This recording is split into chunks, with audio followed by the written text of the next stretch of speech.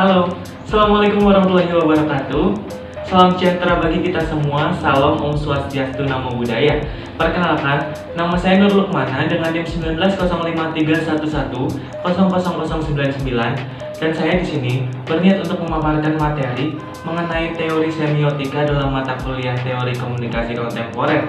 Dan sebelumnya saya ucapkan terima kasih kepada kalian semua yang telah menyempatkan waktu dan datang di channel saya untuk melihat video saya dalam memaparkan materi ini. Nah, sebelumnya kita harus tahu terlebih dahulu apakah itu semiotika. Nah, menurut pengertiannya, semiotika adalah ilmu yang mempelajari tentang tanda. Lalu dalam bahasa Yunani, semion yang berarti tanda itu sendiri. Maka dapat disebutkan atau dijelaskan, semiotika ini adalah pengetahuan atau keilmuan yang terfokus pada tanda-tanda di kehidupan manusia. Dan dalam sejarahnya, semiotika ini kembali yang seperti saya katakan tadi, bahwa saya mempelajari kebudayaan kehidupan manusia itu sendiri, bagaimana cara manusia berkomunikasi, dan bagaimana kehidupan sehari-hari manusia berjalan. Lalu, menurut Roland Barthes, mengungkapkan semiotika pada tahun 1915 sampai 1980. Dalam teori itu, membagi semiotika ini menjadi dua bagian atau dua tingkatan.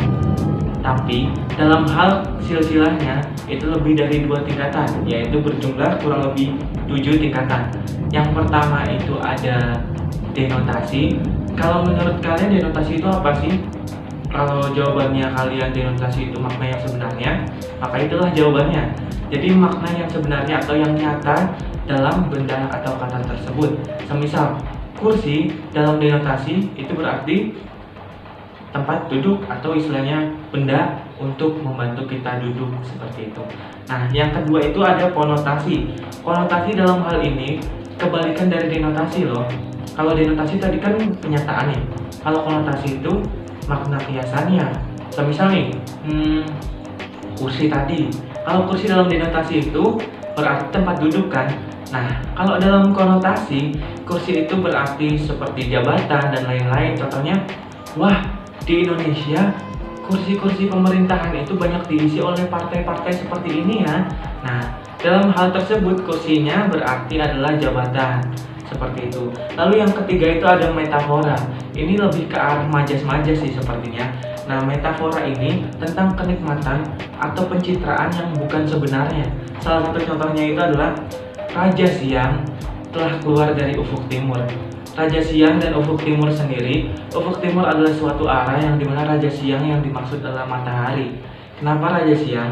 Karena memang matahari sendiri terlihat dari cahayanya dan lain sebagainya menguasai ketika bumi berada di siang hari. Maka dari itu, bumi di sini atau matahari di sini dikemukakan dengan kalimat Raja Siang.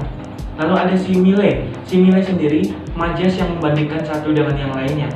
Semisal mungkin kalian pernah dengar sih kayaknya, wah, body si dia itu mirip gitar Spanyol gitu kan. Nah, sebenarnya walaupun kita nggak tahu gitar Spanyol itu seperti apa, tapi kayaknya body yang dia punya itu ideal sekali, dan body yang dia punya itu sangat-sangat bagus, dan menurut mereka yang mengemukakannya itu seperti body yang sangat mereka impikan seperti itu. Nah, selanjutnya yang kelima itu ada metonimi. Metonimi ini kalau bisa dijelaskan seperti halnya kayak apa ya? Coba kalian tebak kayak apa metonimi ini.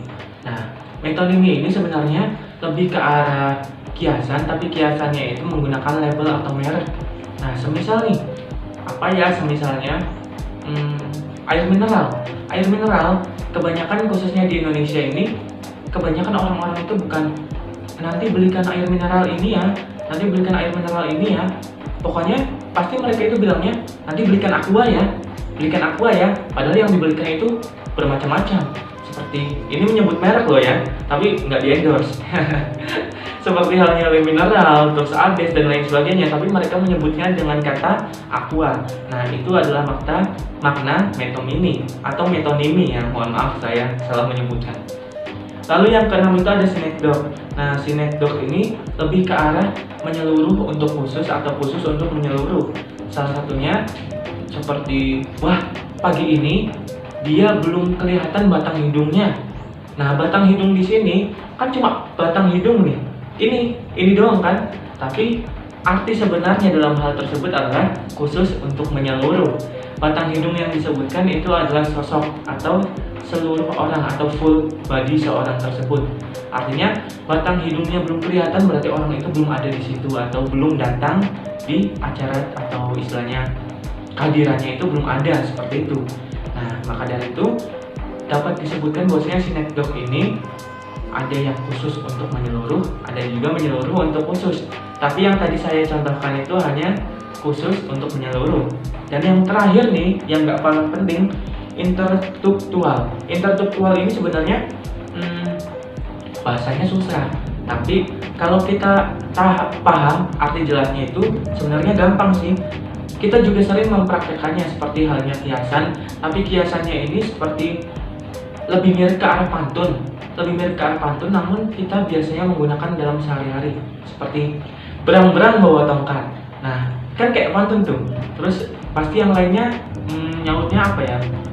Pastinya kalau berang-berang bawa tongkat berangkat, seperti itu kan. Nah, kalau jaka sembung bawa golok nggak nyambung loh, seperti itu. Jadi ya tadi mohon maaf ya ada kasar dikit ya, blok di belakang, maksudnya itu nggak nyambung seperti itu. Nah, jadi ketujuh hal itu adalah silsilah dari teori semiotika ini. Maka dari itu jika dapat disimpulkan, di setiap kehidupan manusia, segala kehidupan sehari-harinya itu tidak lepas dari teori-teori yang telah dikemukakan, baik itu dari semiotika sendiri atau hal-hal lain yang menyangkut ke arah komunikasi. Maka dari itu pentingnya kita untuk mempelajari teori-teori tersebut, bukan untuk hal ilmu pengetahuan teorinya, tapi untuk tahu apa sih yang kita lakukan dan dari mana kita mendapatkan sumber untuk melakukan hal tersebut. Kalau begitu, saya Nur Lukmana, terima kasih atas waktu yang kalian sempatkan untuk melihat saya dengan berbagai percakapan yang ada di sini dan juga berbagai ilmu yang dapat kita sharing bersama. Dan jangan sampai kalian lewatkan jika nanti ada part-part yang selanjutnya. Terima kasih dan sampai jumpa. Assalamualaikum warahmatullahi wabarakatuh.